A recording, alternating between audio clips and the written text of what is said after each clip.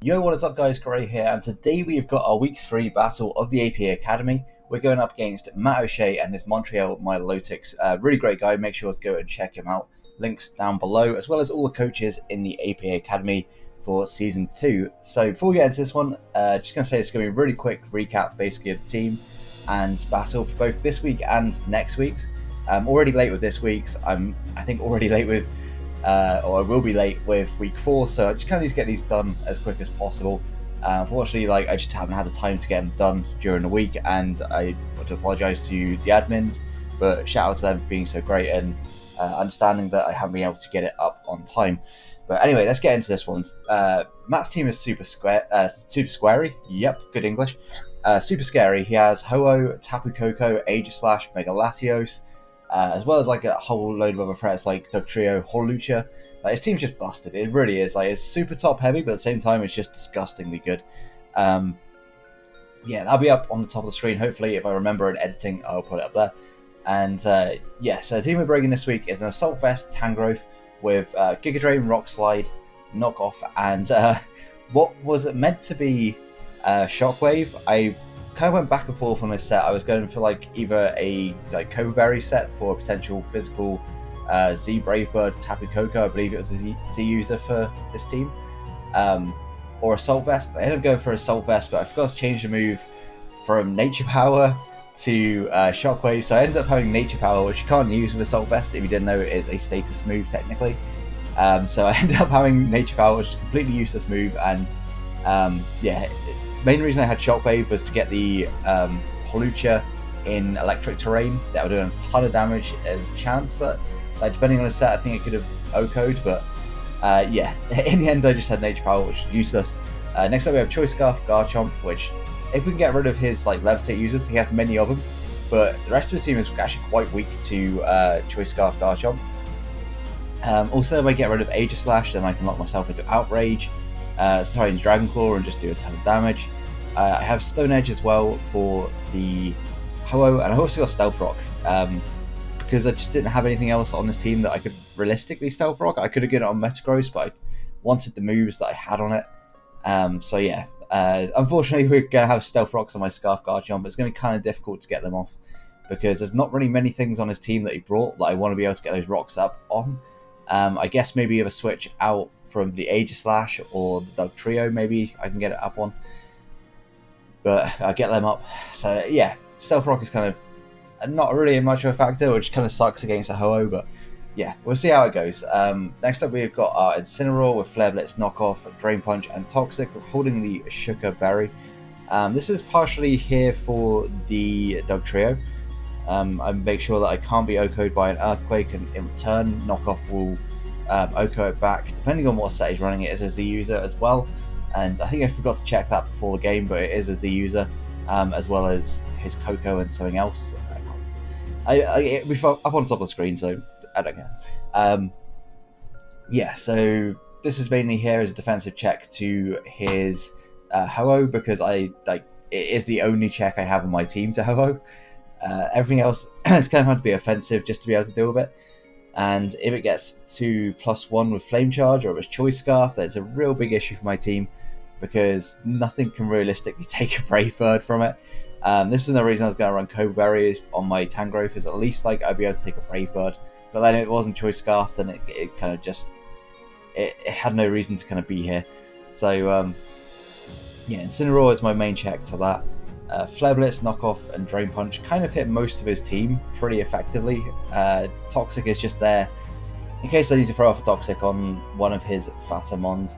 But yeah, moving on, we've got Greninja, Protean, Expert Belt, Rock Slide, Ice Beam, Hidden Power Fire, and Low Kick. I went for Hidden Power Fire over the Dark Pulse this week, just because it hit a couple more things on his team.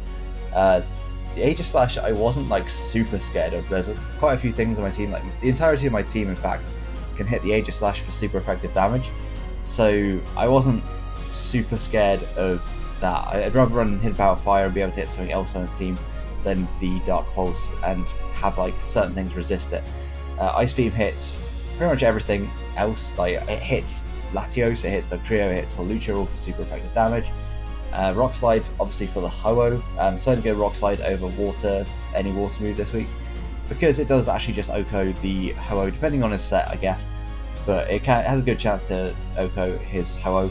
And low kick is there. I can't remember what it's there for, but I'm sure when I look back at his team, I will remember. But yeah, that's Greninja this week. Next we've got Mimikyu, fairly standard yet again. Shadow Sneak, Play Rough, I say standard, Will-O-Wisp, and Destiny Bond. This is actually a really non-standard week for me in terms of my Mimikyu sets, but Shadow Sneak is there because it does actually do a good amount of damage to the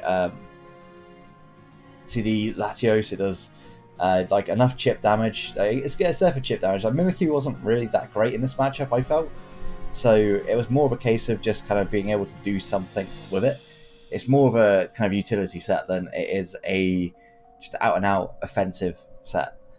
Play Rough with the Mimikyu and Z means that I am going to be able to Oko the Latios. I can Oko pretty much anything on his team that's not Aegislash or Ho-Oh. Like, there's very few things on his team that really want to take a Z Play Rough from this. Will-O-Wisp is there to nerf the potential physical attacker Aegislash. Also can Willow the Dugtrio before it breaks my disguise. It can also Willow the Holucha to stop that thing from sweeping me.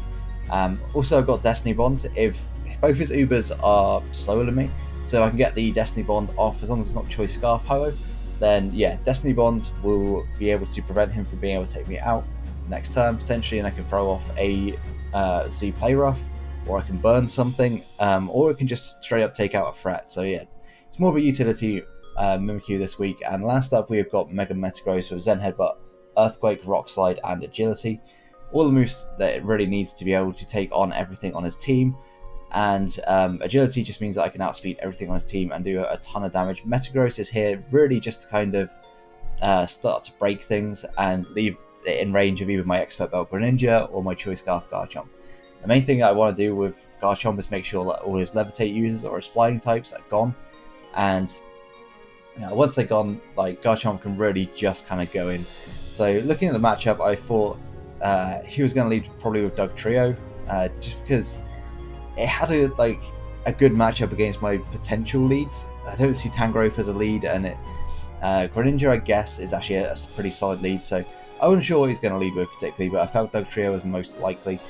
So I believe I lead off with Tangrowth. This battle happened about 3 weeks ago. Just breaking 4-4, it's like 3 weeks ago that this battle happened, so I honestly don't remember too much about it, so it's going to be a bit of a mess. I'm kind of watching this back with you guys. As he leads off with his Mega Latios, I do remember this. We've got some serious frame drops going on. Can we fix that? Okay, it seems to have balanced itself out. Hopefully it doesn't come back, but yeah, because I expected his Dugtrio, I led off with my Assault Vest Tangrowth, and the reason I switched out here is because I wanted to scout for the Ice Beam.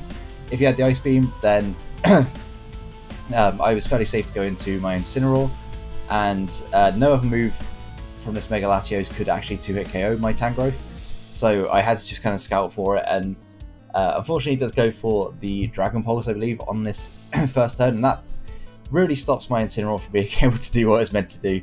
Not the best first move, but I kind of expected either the Psychic or the Ice Beam. I really saw no reason at all for him to run Dragon Pulse this week. I expected Psychic, Ice Beam, and maybe like Earthquake or something like that, potentially for my Incineroar. But no, he has the Dragon Pulse, and so I'm going to switch straight back out into my Tangrowth. I apologise for these frame lags, it's not the end of the world, but shout out to Cohen actually for recording this. He recorded my week 3 and week 4, so yeah. He's already recorded 3 out of my 4 weeks, so shout out to him. Here I just go for the knockoff. I'm kind of stuck in this position where I'm trying to scout out his moveset. I'm really trying to work out what he's got, and I feel like he's just going to spam Dragon Pulse over and over, so I go out to my Mimikyu, expecting him to Dragon Pulse again, and he makes a really nice read here and goes for the Shadow Ball. Like, Mega Latios is really hard to predict as to what it's going to be running each week, but I certainly expected like Psychic, Shadow Ball, Ice Beam, any combination of those. I didn't expect the Dragon move, but it does make sense. In hindsight, it does make sense. But yeah, going to this battle, I definitely didn't expect it at all. And unfortunately here he does get the Spadef drop. So what I was doing, I was going into my Mimikyu, and I thought, if I go into Mimikyu and he predicts that and goes for a move, breaks my disguise, there is no one move that he can click that will be able to one-hit KO me. And in return, I can throw off my Mimikyu and Z, It's a little bit risky because he may go into his Aegis Slash, but I don't see him going into Aegis Slash in this situation, because I may just go for as the Shadow Claw. I may just go straight up for like a Shadow Claw itself. But with this Spadef drop that just happened, I can no longer stay in. I have to switch back out into my Tangrowth and then go for like the same play again, because I don't think he's going to expect me to switch back into my Mimikyu again. So here I'm going to go into my Tangrowth as he just throws off another Shadow Ball. He had no reason to, that would have OHKO'd me. So yeah, that's an unfortunate situation, but I'm going to switch straight back out again. I'm in the same mindset that if I lose my Mimikyu, I lose my Mimikyu. It's not like a huge deal for me this week.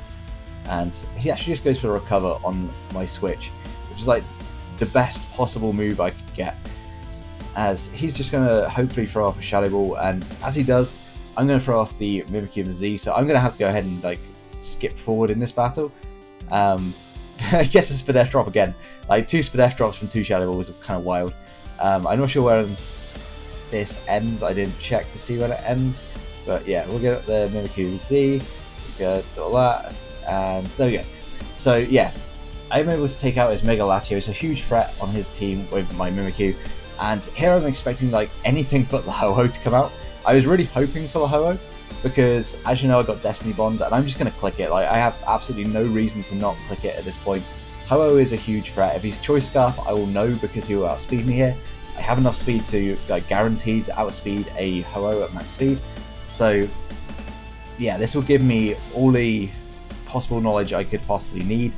I'm just going to throw off the Destiny Bond, and he does stay in, and here I'm just expecting him to like, I don't know, click a move. I didn't know what move he was going to click, and he clicked Flame Charge, and because I have quite a lot of HP, this, like, I was scared this was not going to take me out, but fortunately it does, and we're in a really good position, because we've just taken down a Mega Latios and a Ho-Oh with a single Mimikyu, that I really didn't bring to do anything this week. It was kind of here to potentially catch something off guard, but yeah, for whatever reason, Tangrowth seems to be causing frame lags, which is really weird, but he goes out into his Tapu Koko, and this is like the optimal position for me. And this is when I realised that I'm Assault Vest with Nature Power. I looked at this and I was like, okay, well, I can go for Giga Drain because I have absolutely no reason to. If he stays in, then I can take a hit and I can just throw off Giga Drain, get up half my health back.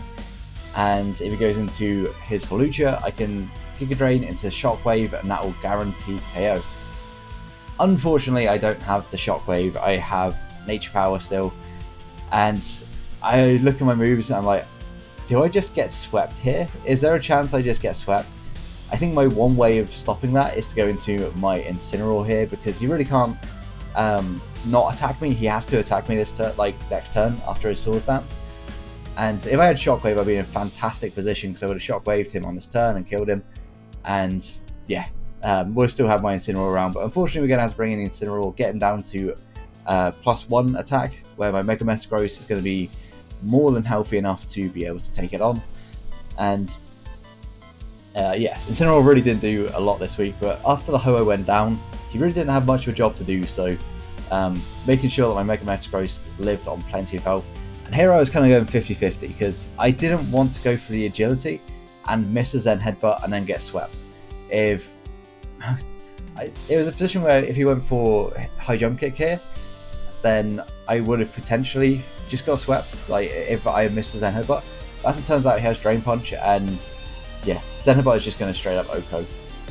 Mega Metagross is an absolute monster. I wasn't even running max attack, I don't think, this week on my... I know I was adamant max attack on my Mega Metagross, and it definitely came in clutch there, because I think Jolly did not pick up the kill. However, unfortunately, we are going to run into a Dugtrio, and if I had gone for an agility that turn, I'd been in a fantastic position, because Dugtrio would have been able to outspeed me, and I could just clicked Zen Headbutt again and picked up the kill. But I thought it was more than likely going to be sashed, so I didn't want to risk it.